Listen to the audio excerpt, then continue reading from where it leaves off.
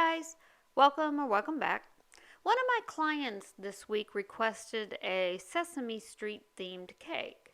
Now, this is not my design, it's one I found online, and I'll include a link in the description box of the original. Here I'm using modeling chocolate to create Elmo, Cookie Monster, and Oscar the Grouch. Now, if you've never used modeling chocolate, what the heck are you waiting on? It's so easy to use that you'll never go back to using fondant to make characters again. This part of the video is pretty much self-explanatory, so I'll shut up and let you all watch.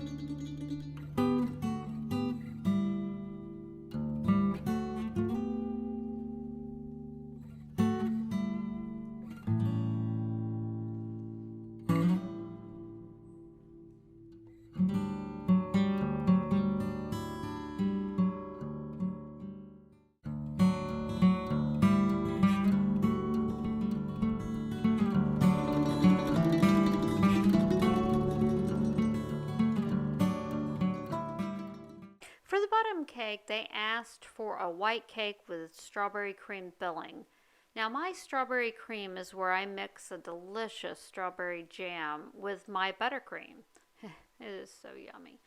But when you're working with runny type fillings, you must make a buttercream dam around the outside edge or that filling will ooze out. So always remember to do that.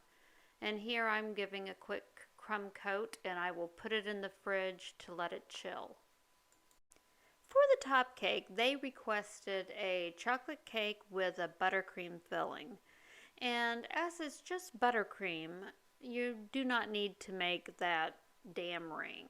you can just take the buttercream right up to the edge. Then all you need to do is just give it a quick crumb coat and then put it in the fridge to chill.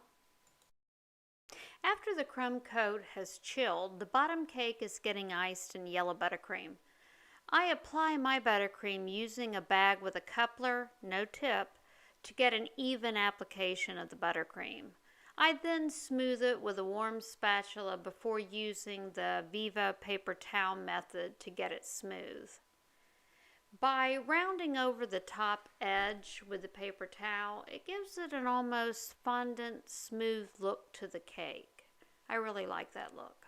Once it gets finished, I put it back in the refrigerator to chill. It's important to get that buttercream really cold in order to dowel it properly. And here I'm finishing doing the exact same thing to the top cake. Once the cake is chilled good and cold, it can be doweled. Now, I made a whole video on how to properly dowel a cake that explains the whys and the hows. I'll include a link to that video down in the description box below. Please excuse the camera angle. I didn't notice my camera had slipped in its stand and now everything is slightly tilted. Oops. Sorry about that.